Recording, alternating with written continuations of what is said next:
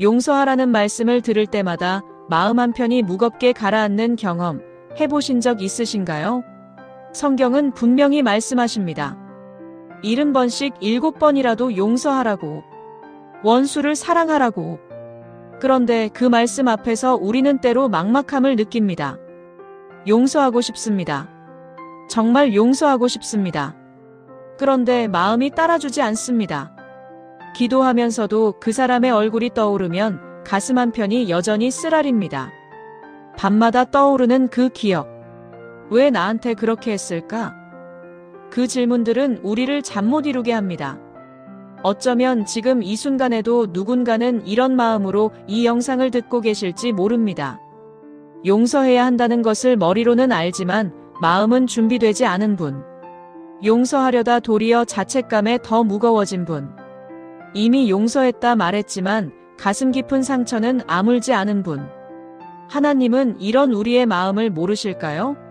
우리가 용서하지 못하는 그 마음을 하나님은 정죄하실까요? 아니면 그 안에서 무언가 다른 일을 행하고 계실까요? 오늘 우리는 함께 이 질문을 붙들고 하나님의 말씀 앞에 서려 합니다. 용서가 너무 어려울 때 하나님은 우리에게 어떤 은혜를 베푸시는지, 우리가 도저히 용서할 수 없다 느낄 때 하나님은 어떻게 우리의 마음을 만지시고 치유하시는지 함께 묵상하려 합니다. 이것은 단순한 도덕적 가르침이 아닙니다. 오히려 우리의 깊은 상처 앞에서 우리보다 더 그 아픔을 아시는 하나님이 우리를 어떻게 붙드시고 인도하시는지에 대한 이야기입니다.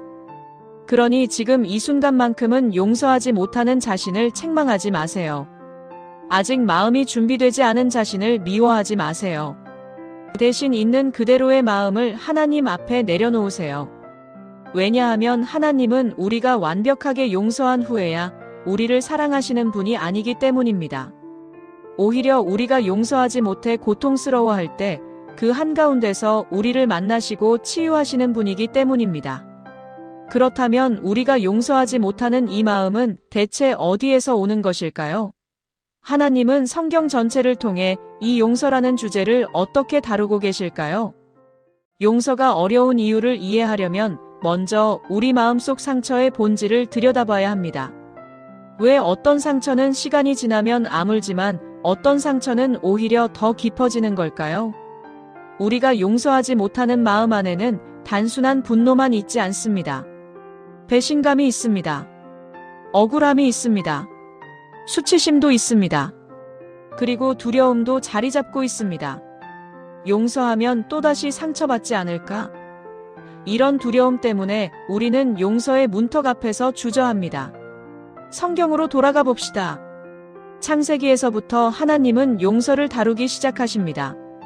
동생을 죽인 가인에게 하나님은 표를 주셔서 다른 사람들이 그를 죽이지 못하도록 보호하셨습니다.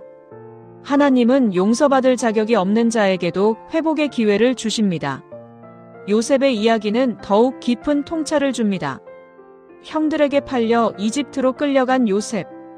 억울한 누명을 쓰고 감옥에 갇혔고 자신을 기억해 주기로 한 사람마저 그를 잊었습니다. 그런데 요셉이 형들과 재회했을 때 이렇게 고백합니다. 당신들은 나를 해하려 하였으나 하나님은 그것을 선으로 바꾸사 오늘과 같이 많은 백성의 생명을 구원하게 하시려 하셨나니. 이 고백이 나오기까지 요셉에게는 얼마나 긴 시간이 필요했을까요? 그 과정에서 하나님은 요셉의 마음을 어루만지셨고 천천히 그의 시선을 바꾸어 가셨습니다. 다윗의 시편을 읽어보십시오. 시편 전체의 거의 3분의 1이 탄식과 호소로 가득합니다. 여호와여 나의 원수가 어찌 그리 많은지요. 내가 눈물로 내 침상을 띄우며 다윗은 자신의 고통과 억울함을 있는 그대로 하나님께 쏟아냈습니다. 그리고 하나님은 그 기도를 받으셨습니다. 여기서 우리가 발견하는 놀라운 진리가 있습니다. 하나님은 우리가 용서하지 못하는 그 마음을 부정하라 하지 않으십니다. 오히려 그 마음을 당신 앞에 내놓으라 하십니다. 욥기는 이것을 더욱 극명하게 보여줍니다. 억울하게 모든 것을 잃은 욥. 그의 친구들은 내가 뭔가 잘못했을 거야라 말합니다. 하지만 욥은 자신의 억울함을 계속 하나님께 호소합니다. 마지막에 하나님이 나타나셨을 때 하나님은 욥이 아니라 그의 친구들을 책망하십니다. 너희가 나를 가리켜 말한 것이 내 종 욥의 말같이 옳지 못하니라. 하나님은 우리의 정직한 고통을 받으십니다. 우리의 솔직한 분노를 들으십니다. 그리고 그 안에서 우리를 만나십니다. 이것이 성경이 보여주는 용서의 출발점입니다. 신약으로 넘어가면 예수님은 더욱 구체적으로 이 문제를 다루십니다. 산상수훈에서 예수님은 말씀하십니다. 형제에게 노하는 자마다 심판을 받게 되고 이 말씀을 들으면 우리는 움츠러듭니다. 하지만 예수님의 다음 말씀을 들어보십시오. 그러므로 예물을 제단에 드리려다가 거기서 내 형제에게 원망 들을 만한 일이 있는 것이 생각나거든 예물을 제단 앞에 두고 먼저 가서 내 형제와 화목하고.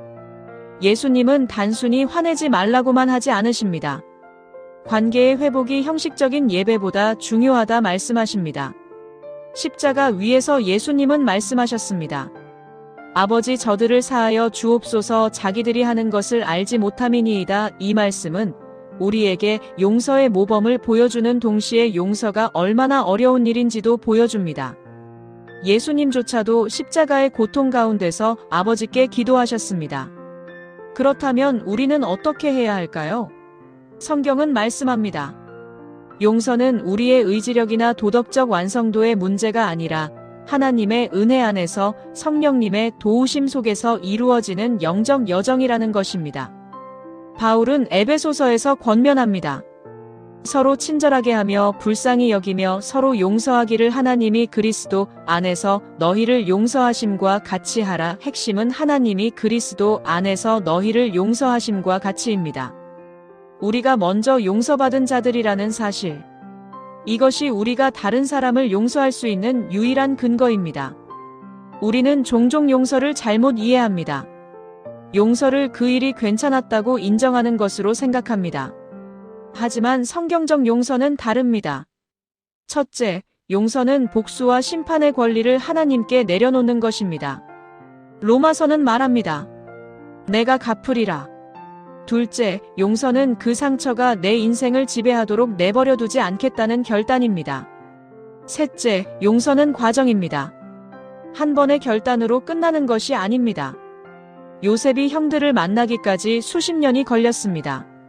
그 긴 시간 동안 하나님은 요셉의 마음을 조금씩 치유하셨고 변화시키셨습니다. 그렇다면 이제 우리는 이 질문을 해야 합니다. 이 긴 여정 가운데서 하나님은 구체적으로 어떻게 우리를 도우시는 걸까요? 용서의 여정에서 하나님이 우리를 도우시는 첫 번째 방법은 놀랍게도 우리에게 더 깊이 애통하도록 허락하시는 것입니다. 이것은 우리의 상식과 반대되는 것처럼 보입니다. 우리는 보통 빨리 잊어버려야 해라고 말하지 않습니까? 하지만 하나님의 방식은 다릅니다. 시편 기자는 고백합니다. 내가 잠잠하고 말이 없으니 나의 근심이 더 심하도다. 내 마음이 내 속에서 뜨거워서 억지로 잠잠하려 할 때 오히려 마음속 고통은 더 깊어집니다. 하나님은 우리가 그 고통을 억누르기보다 당신 앞에 쏟아내기를 원하십니다. 예레미야 선지자를 보십시오. 그는 애가 전체를 통해 고통을 애통합니다. 5장에 걸쳐 슬픔과 분노와 절망을 하나님 앞에 토해냅니다. 그런데 바로 그 애통의 한가운데 3장 22절에서 이런 고백이 나옵니다. 여호와의 인자와 긍휼이 무궁하심으로 우리가 진멸되지 아니함이니이다. 애통 없이는 이 고백에 이르지 못합니다. 충분히 슬퍼하지 않고서는 하나님의 긍휼을 진정으로 경험할 수 없습니다. 그렇다면 구체적으로 어떻게 해야 할까요? 첫째, 하나님 앞에서 정직해지는 것입니다. 기도할 때 영적으로 보이려 애쓰지 마십시오. 억지로 주님 저 용서하겠습니다라 고백하지 마십시오. 대신 이렇게 기도하십시오. 주님 솔직히 아직 용서가 안 됩니다. 그 사람 생각만 해도 가슴이 답답합니다. 다윗이 그렇게 기도했습니다. 시편 109편을 읽어보십시오. 그는 자신을 해한 사람들에 대한 분노를 있는 그대로 하나님께 말씀드렸습니다. 한 신앙인의 이야기를 나누겠습니다. 그분은 가까운 친구로부터 큰 배신을 당했습니다. 사업 동역자가 돈을 가지고 사라진 것입니다. 교회에서 용서해야 한다는 말을 들을 때마다 죄책감에 시달렸습니다. 그러던 어느 날 새벽 기도 시간에 더 이상 참을 수 없었습니다. 처음으로 정직하게 기도했습니다. 하나님, 저 정말 화가 납니다. 너무 억울합니다. 용서하라 하시는데 도저히 못하겠습니다. 그분은 눈물을 쏟으며 한참을 울었습니다. 그런데 놀라운 일이 일어났습니다. 그 기도 후에 처음으로 마음의 평안이 찾아온 것입니다. 이것이 하나님이 일하시는 방식입니다. 우리가 영적으로 포장된 기도를 드릴 때가 아니라 깨어진 마음으로 있는 그대로 나아갈 때 하나님은 우리를 만나십니다. 둘째, 우리의 감정에 이름을 붙이는 것입니다. 나는 지금 무엇을 느끼고 있는가? 이 질문에 답하는 것이 중요합니다. 단순히 화난다가 아니라 그 안을 더 깊이 들여다보는 것입니다. 배신감인가요? 수치심인가요? 두려움인가요? 시편 기자들은 감정을 매우 구체적으로 표현했습니다. 내 마음이 상하여 찔렸나이다, 물이 내 영혼까지 들어왔나이다. 이렇게 구체적으로 표현할 때 우리는 비로소 우리 자신의 아픔을 제대로 인식하게 됩니다. 셋째, 충분한 시간을 허락하는 것입니다. 우리는 종종 용서를 빨리 끝내야 할 일로 생각합니다. 하지만 하나님은 서두르지 않으십니다. 요셉이 형들을 용서하기까지 20여 년이 흘렀습니다. 모세는 광야에서 40년을 보냈습니다. 어떤 상처는 몇 주 만에 치유되지만 어떤 상처는 몇 년이 걸립니다. 그것은 우리의 믿음이 약해서가 아닙니다. 그 상처가 그만큼 깊었기 때문입니다.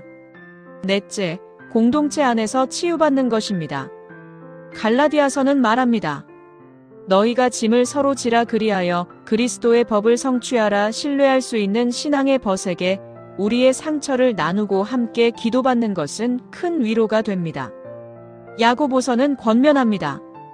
그러므로 너희 죄를 서로 고백하며 병이 낫기를 위하여 서로 기도하라. 우리의 상처를 신뢰할 수 있는 신앙의 형제자매와 나눌 때 하나님은 그들을 통해 치유의 은혜를 부어주십니다.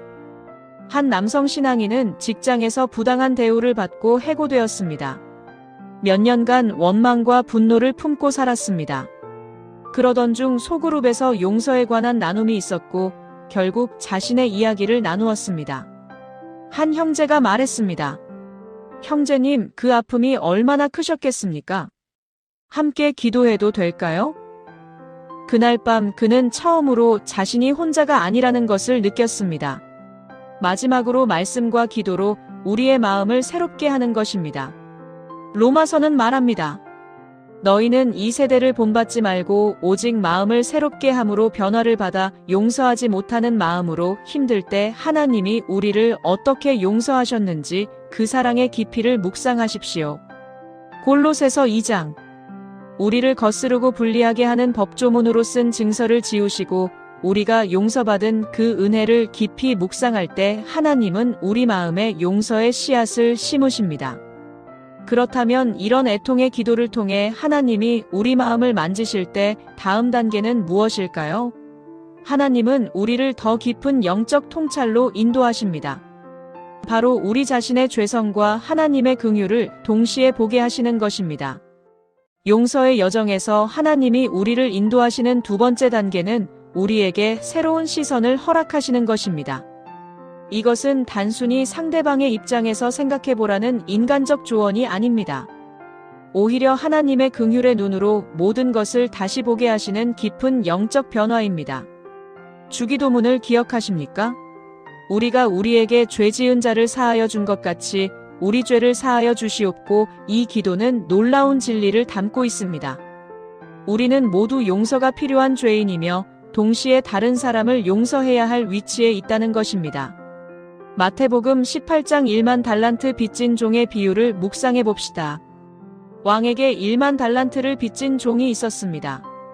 1만 달란트는 20만 년을 일해야 갚을 수 있는 천문학적 금액이었습니다. 절대로 갚을 수 없는 빚이었습니다.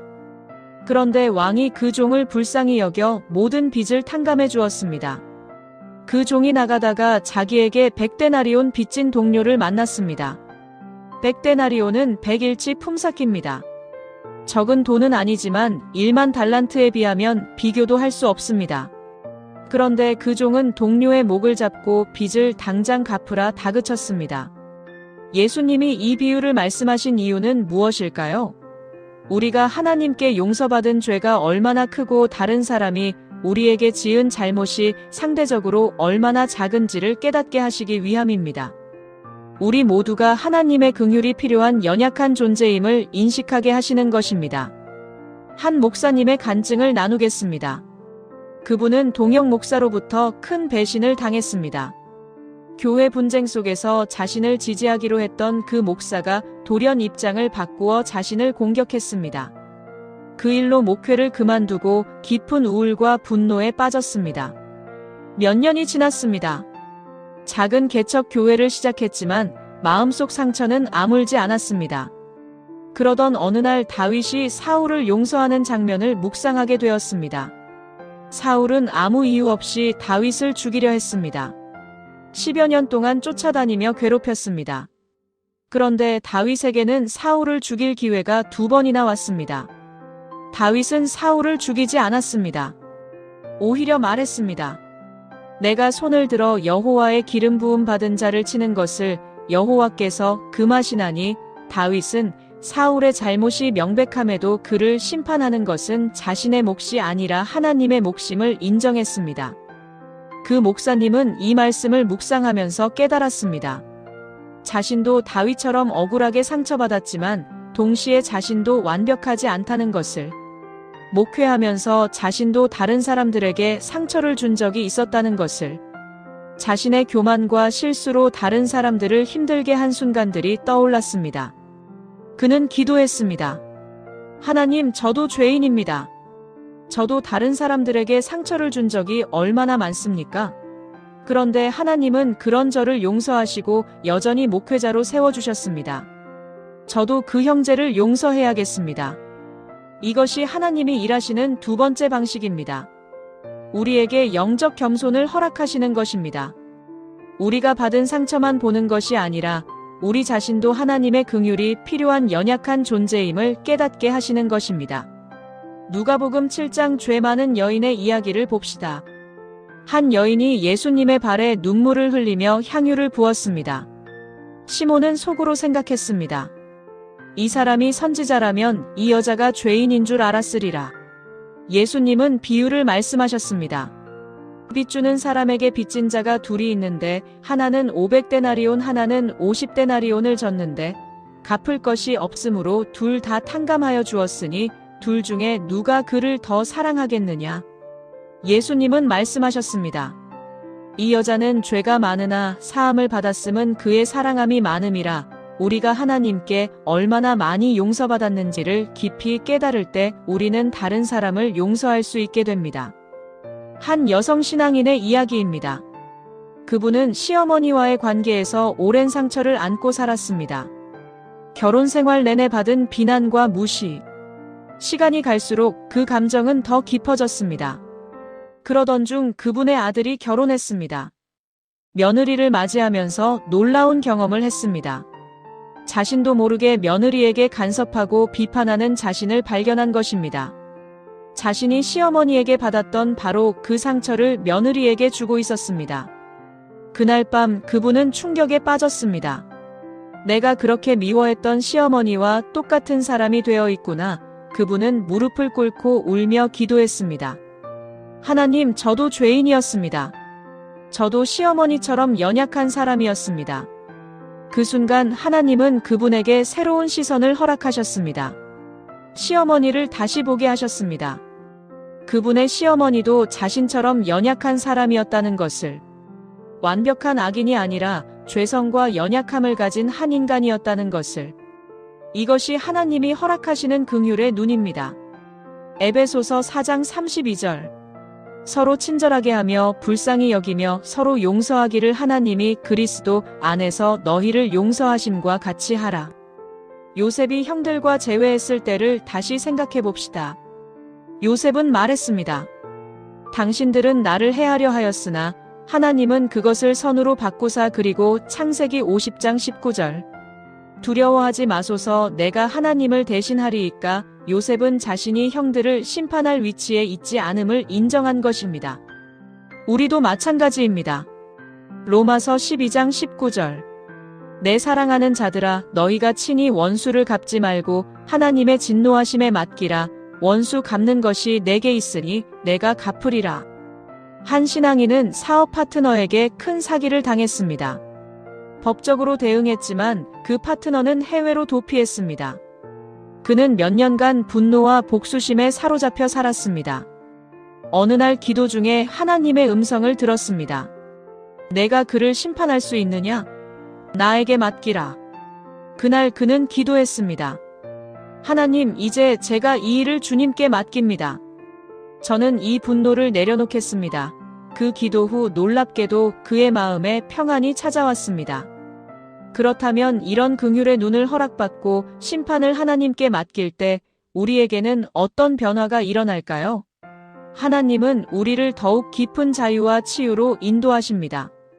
지금까지 우리는 용서의 여정에서 하나님이 어떻게 우리를 인도하시는지 함께 살펴보았습니다.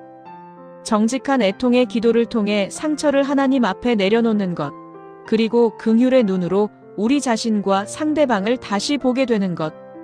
이제 이 모든 과정이 우리를 어디로 인도하는지, 용서가 우리에게 가져다주는 진정한 자유와 회복이 무엇인지 함께 묵상하려 합니다. 많은 분들이 용서를 의무로 생각합니다. 해야만 하는 일, 하나님이 명령하셨으니 어쩔 수 없이 해야 하는 일, 그래서 용서는 무거운 짐처럼 느껴집니다. 하지만 성경이 보여주는 용서는 그렇지 않습니다. 용서는 짐이 아니라 오히려 우리를 짐에서 자유케 하는 하나님의 선물입니다. 히브리서 12장 15절은 경고합니다. 쓴 뿌리가 나서 괴롭게 하고 그것으로 많은 사람이 더러움을 입을까 두려워하라. 용서하지 못한 마음이 우리 안에서 자라면 그것은 독이 되어 우리 전체를 병들게 합니다. 용서하지 못할 때 우리는 과거에 묶여 있습니다. 그 상처를 준 사람이, 그 사건이 우리의 현재와 미래를 지배합니다. 우리는 자유롭지 못합니다. 예수님은 요한복음 8장 36절에서 말씀하셨습니다. 그러므로 아들이 너희를 자유롭게 하면 너희가 참으로 자유로우리라. 한 목회자의 간증입니다. 그분은 청소년 시절 아버지로부터 심한 학대를 받으며 자랐습니다. 집을 떠나 혼자 살기 시작했고 신앙을 통해 삶을 재건했습니다. 신학교를 졸업하고 목회자가 되었습니다. 하지만 아버지에 대한 상처는 여전했습니다. 설교 중에 하나님 아버지라는 말을 할 때마다 가슴이 답답했습니다. 40이 넘어서였습니다. 아버지가 중병에 걸렸다는 소식을 들었습니다. 병상에 누운 아버지는 예전의 모습이 아니었습니다. 작고 약해 보였습니다. 병실에 들어갔을 때 아버지는 눈물을 흘렸습니다. 미안하다, 평생 한 번도 들어보지 못한 말이었습니다. 그 순간 그분의 마음속에서 무언가가 무너졌습니다. 쌓아 올렸던 분노의 벽이, 원망의 벽이 무너졌습니다. 그분은 아버지의 손을 잡았습니다. 그리고 처음으로 깨달았습니다. 아버지도 자신처럼 상처받은 사람이었다는 것을. 아버지도 어린 시절 학대받으며 자랐고 사랑하는 법을 배우지 못했다는 것을. 그날 그분은 아버지를 용서했습니다. 아버지가 세상을 떠나기 전 두 사람은 화해했습니다. 그분은 후에 고백했습니다. 용서하기 전에는 제가 아버지의 희생자였습니다.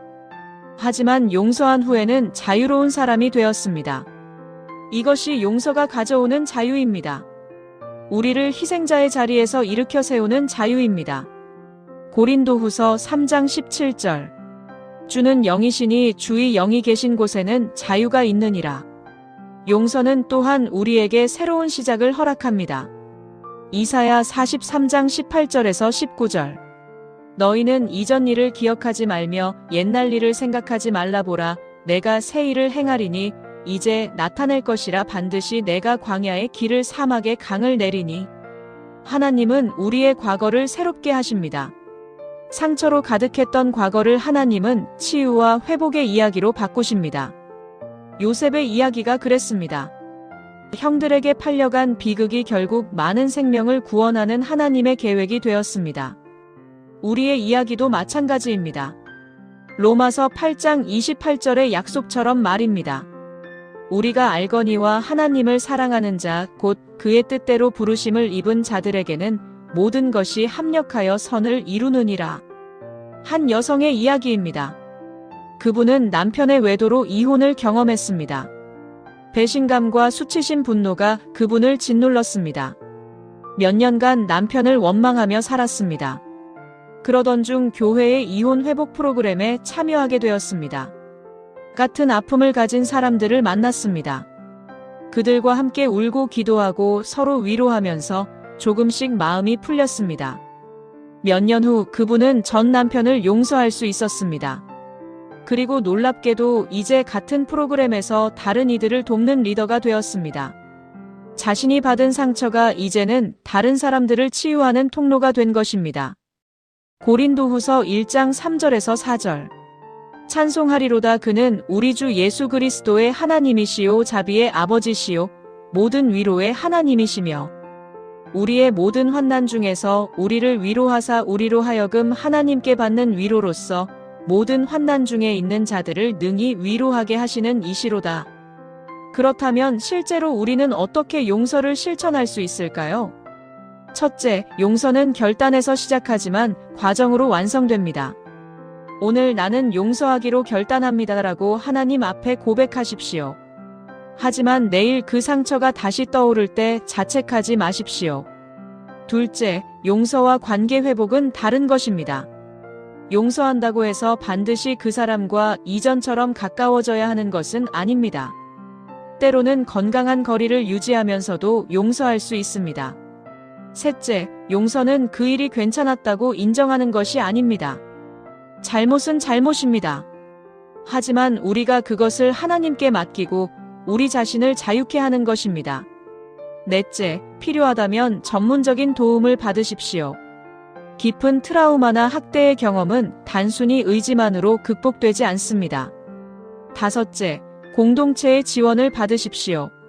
신뢰할 수 있는 신앙의 형제자매에게 당신의 여정을 나누십시오. 여섯째, 작은 단계부터 시작하십시오. 오늘은 그 사람을 위해 한 문장의 기도를 드리는 것으로 시작할 수 있습니다. 일곱째, 하나님이 당신을 용서하신 은혜를 계속 묵상하십시오. 에베소서 1장 7절. 우리는 그리스도 안에서 그의 은혜의 풍성함을 따라 그의 피로 말미암아 속량 곧 죄 사함을 받았느니라. 마지막으로 하나님의 때를 신뢰하십시오. 용서는 우리가 억지로 만들어내는 것이 아닙니다. 성령님이 우리 안에서 일하시는 결과입니다. 빌립보서 1장 6절. 너희 안에서 착한 일을 시작하신 이가 그리스도 예수의 날까지 이루실 줄을 우리는 확신하노라. 시편 147편 3절. 상심한 자들을 고치시며 그들의 상처를 싸매시는도다. 하나님은 우리의 상처를 고치시는 분입니다. 그 과정을 통해 우리는 더욱 깊이 하나님의 사랑을 경험하게 됩니다. 이제 우리는 이 모든 여정의 끝에서 하나님이 우리에게 주시는 가장 큰 선물이 무엇인지 발견하게 됩니다. 그것은 바로 평안입니다. 요한복음 14장 27절. 평안을 너희에게 끼치노니 곧 나의 평안을 너희에게 주노라. 내가 너희에게 주는 것은 세상이 주는 것과 같지 아니하니라. 너희는 마음에 근심하지도 말고 두려워하지도 말라. 용서의 여정 끝에서 우리가 발견하는 것이 바로 이 평안입니다. 상황이 모두 해결되어서 오는 평안이 아닙니다. 오직 하나님이 우리 마음을 만지시고 치유하실 때 오는 그 깊은 평안입니다. 지금 이 순간 용서하지 못하는 마음으로 힘들어하시는 모든 분들께 이 말씀을 전하고 싶습니다. 당신은 혼자가 아닙니다. 하나님은 당신의 고통을 아십니다. 당신이 용서하지 못해 괴로워하는 그 마음을 하나님은 정죄하지 않으십니다. 시편 34편 18절. 여호와는 마음이 상한 자를 가까이 하시고 충심으로 통회하는 자를 구원하시는도다. 바로 지금 하나님은 당신에게 가장 가까이 계십니다. 용서는 당신의 의지력이나 영적 완성도를 증명하는 수단이 아닙니다. 용서는 하나님의 은혜가 당신 안에서 일하시는 과정입니다. 그러니 조급해하지 마십시오. 오늘 이 영상을 들으시면서 어쩌면 당신의 마음속에 특정한 사람의 얼굴이 떠올랐을 것입니다. 바로 지금 그 마음을 있는 그대로 하나님께 가져가십시오. 하나님, 저는 아직 용서가 안 됩니다. 이런 제 마음을 주님께 드립니다. 이것이 용서의 첫걸음입니다.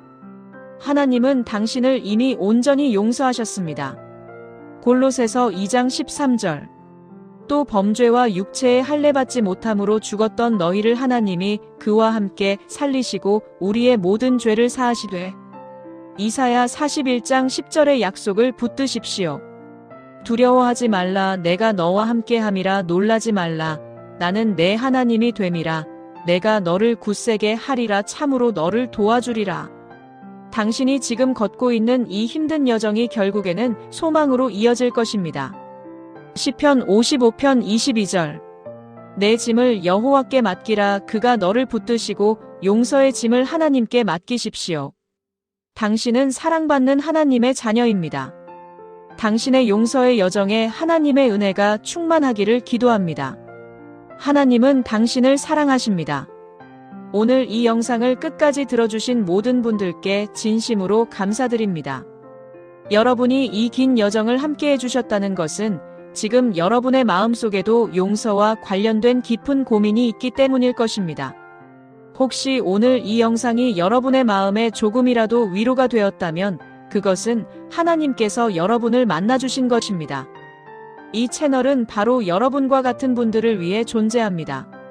삶의 무게를 느끼시는 분들, 마음의 상처를 안고 계신 분들, 하나님의 위로가 필요하신 모든 분들을 위한 공간입니다.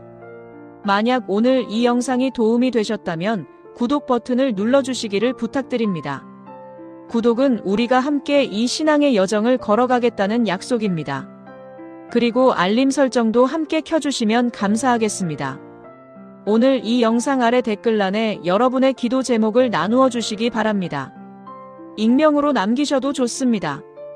우리는 함께 기도하는 공동체입니다. 혹시 이 영상이 주변에 힘들어하시는 분들께 도움이 될 것 같다면 공유해 주시기 바랍니다. 누군가는 지금 이 순간 이런 말씀이 절실히 필요할 수 있습니다. 이 채널에는 오늘과 같은 주제로 다양한 영상들이 준비되어 있습니다. 재생 목록을 확인하시면 주제별로 정리된 영상들을 찾으실 수 있습니다. 마지막으로 오늘 하루도 수고 많으셨습니다. 여러분이 살아내신 오늘이 결코 헛되지 않습니다. 시편 126편 5절. 눈물을 흘리며 씨를 뿌리는 자는 기쁨으로 거두리로다. 포기하지 마십시오. 하나님은 여러분과 함께 걷고 계십니다. 다음 영상에서 또 만나 뵙겠습니다. 하나님의 평안이 여러분과 함께 하시기를 기도합니다. 감사합니다.